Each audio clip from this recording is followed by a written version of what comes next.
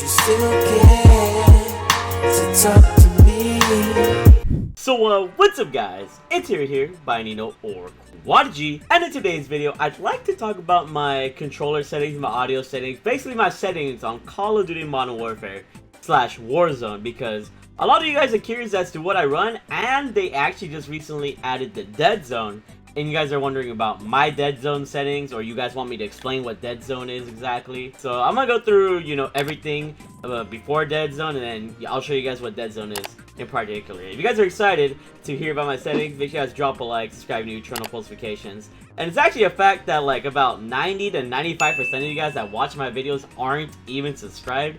So if you're watching this video right now and you have not subscribed, make sure to subscribe. But let's go to my settings right now. So for button layout preset, I'm on Bumper Jumper Tactical Flip. Now the reason why I'm on Bumper Jumper is, as you guys can see through the descriptions, I'm able to jump using L2 and mantle using L2.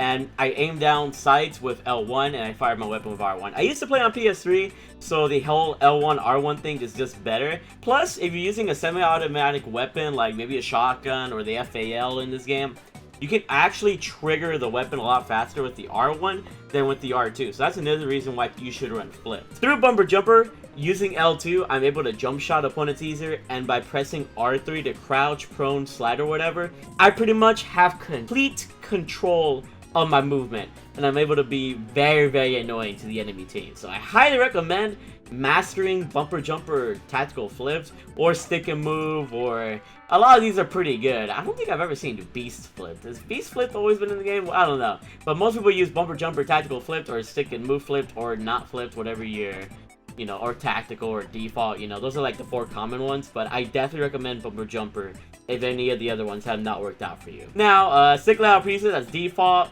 If you have inverted, controls, I don't know, you're a freaking god, I guess, but dead zone.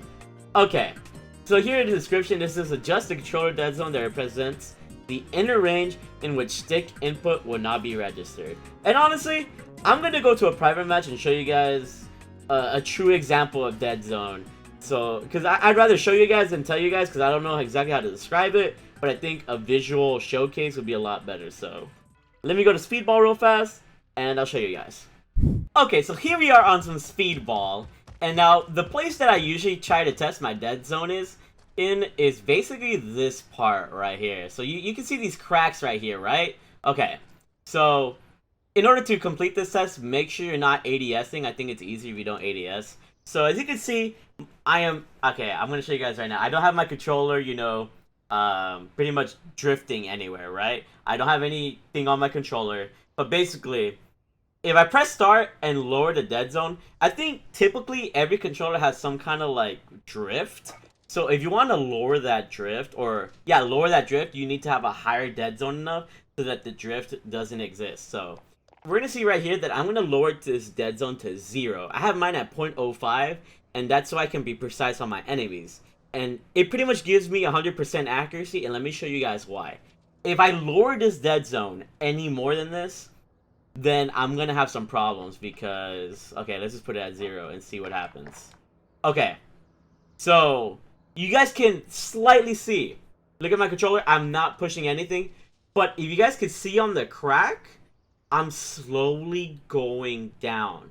There's a downwards, basically stick drift on my controller that is pretty much existent because I have no dead zone. So in order to prevent this stick drift from happening, I have to have my dead zone at a high enough rate to where the dead zone doesn't exist anymore. And like you guys see right now, like if I compare the position between where the dead zone was before and where it is now, you guys have seen that I have pretty much drifted, downwards. And this is going to lower my accuracy by a little bit because it's something out of my control. It's in my controller's control. So in order to prevent that from happening, okay, let's go back up. We're back on this crack right here, right? We're going to change it to 5 real fast. And bam. As you guys can see, like I said, I'm not holding anything on my controller now. Nothing's being moved now. I'm being in the same spot as usual. The only thing probably moving my reticle is the idle sway of the MP7, but that's the usual thing. I'm not going down anymore. I'm not going up. Pretty much I'm able to be precise. Now what you want to test when it comes to dead zone is where is that sweet spot before you start moving anywhere and where you stop. So I think 5 is my sweet spot. I never really checked for this. 5 was like, or 0.05 was like my default one whenever I started playing. I never really knew what dead zone was until I saw a video. I was like, oh snap, okay. So if I lower it to 4, or let's see. Yeah, it doesn't seem like I'm moving at all. As you guys can see, I'm not moving at all. My dead zone is good at 0.04. Let's move it one more. See what happens. 0.03. Let's see. Do I move? Nah, it doesn't look like I'm moving still. Actually, nah, I'm not moving. Okay, so we're at 0.03. Let's see at 0.02. We're trying to find that sweet spot. 0.02. Yeah, I don't think I'm moving at 0.02 either. Okay. Yeah, it's just idle sway. Okay, so at 0.01, am I moving anymore? Ah, see? I'm moving down the line now. You guys can see that I'm moving down the line. I'm not clicking on anything either. So what am I on? I'm at 0.01. So basically, I need to have my dead zone at 0.02 to prevent any sort of stick drift, which is what's annoying. That's preventing me from having 100% accuracy. So I just have it at 0.05 because, like, why not? I mean, I might as well have it at 0.03 because why not, right? But basically now I can be more precise with my shot. Basically, like, I can move wherever I want. I won't have any stick drift or anything. And dead zone is really useful in cases that your controller has a really high stick drift for some reason. So you can adjust your dead zone higher to account for that that dead zone. So yeah, hopefully I explained dead zone in detail. And let me get to the rest of my settings. If this helped you, if this little tutorial helped you, let me know in the comment section below. This was the best way to check for your dead zone. And I'd like to know, what is your dead zone at? That is your sweet spot. I'd like to know your thoughts in the comment section below. Like, I'd like to know how your controllers function. But yeah, if you guys want more tips like this, make sure you guys drop a like, subscribe if you're new, turn on post notifications, and follow me on Twitch at twitch.tv/TheMarkOfAHero, because we can talk about dead zone more if you really want. Let's go. Okay, now that we got dead zone out of the way, we got an 8 sensitivity horizontally and 8 vertically. It's just not too fast so that it's not too out of control, and it's not too slow so that I have the ability to turn on opponents. So I just pretty much have the perfect accuracy with 8-8. This is personal preference. You can have yours be a little bit higher. If you want to like really train to get a higher sensitivity, make sure you train at like if I'm going from 8 to 20, I have to train at 9-9 for a little while. I have to go train at 10-10 after a little while, then change it to go to 11-11 for a little while, change it 12-12, and so on. If I really wanted to master a high sensitivity, at least that's the practice that people usually want. But yeah, you can play at any sensitivity that you want as long as you're comfortable with it. ADS multiplier is 0.91. This feels like it's not too crazy fast, and if it's 0.91, it's a little bit lower than 1, which allows me to be a little bit more stickier on my opponents and melt them as they're flying by. But it's not too slow so that they don't completely fly by. End response curve type is important. I just leave it on dynamic because dynamic has been my way of playing this game. I pretty much am extremely accurate with shotguns, SMGs, ARs, and I'd be snapping on opponents. I used to play on linear, but linear just doesn't work for me. As soon as I switched to dynamic, I became a super great player.